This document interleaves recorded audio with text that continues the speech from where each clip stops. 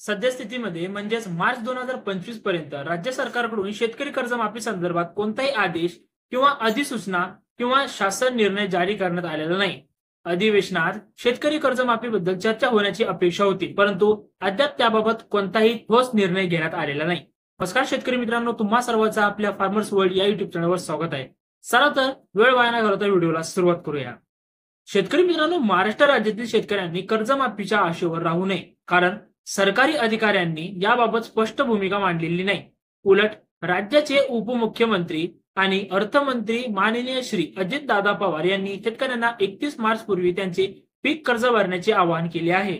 शेतकरी मित्रांनो, शेतकऱ्यांनी 31 मार्च पूर्वी पीक कर्जाची परतफेड करावी आणि 0% व्याज योजनेचा लाभ घ्यावा असे सरकारकडून सांगितले जात आहे. भविष्यात राज्याची आर्थिक स्थिती सुधारल्यानंतर कर्जमाफीबाबत विचार केला जाऊ शकतो, मात्र सध्या त्याची अपेक्षा ठेवू नये. शेतकरी मित्रांनो, सध्याच्या परिस्थितीत राज्य सरकारकडून तुरंत कर्जमाफीची घोषणा होण्याची शक्यता कमी आहे. मात्र सरकारी नेत्यांच्या विधानांवरून असे दिसते की भविष्यात राज्याची आर्थिक स्थिती सुधारल्यानंतर या विषयावर पुनर्विचार केला जाऊ शकतो. विरोधी पक्षातील अनेक नेत्यांनी या विरोधात आवाज उठवला आहे आणि शेतकरी कर्जमाफीची मागणी केली आहे. त्यांनी शेतकरी कर्जमाफीसाठी आंदोलनही केली आहेत.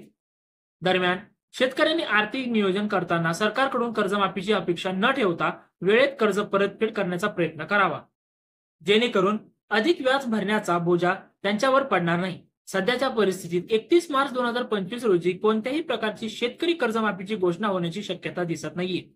राज्य सरकारने याबाबत कोणताही शासन निर्णय किंवा अधिसूचना जारी केलेली नाही. राज्याच्या आर्थिक परिस्थितीमुळे हा निर्णय घेणे सध्या कठीण दिसत आहे.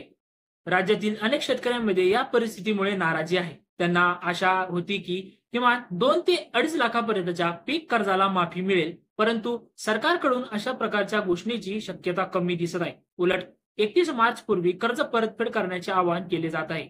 शेतकऱ्यांसाठी सरकारकडून इतर काही योजना आणि मदत उपलब्ध असू शकतात, त्याचा लाभ घेण्याचा प्रयत्न करावा. तसेच पीक कर्जावरील 0% व्याज योजनेचा लाभ घेण्यासाठी वेळेत कर्ज परतफेड करणे महत्वाचे आहे.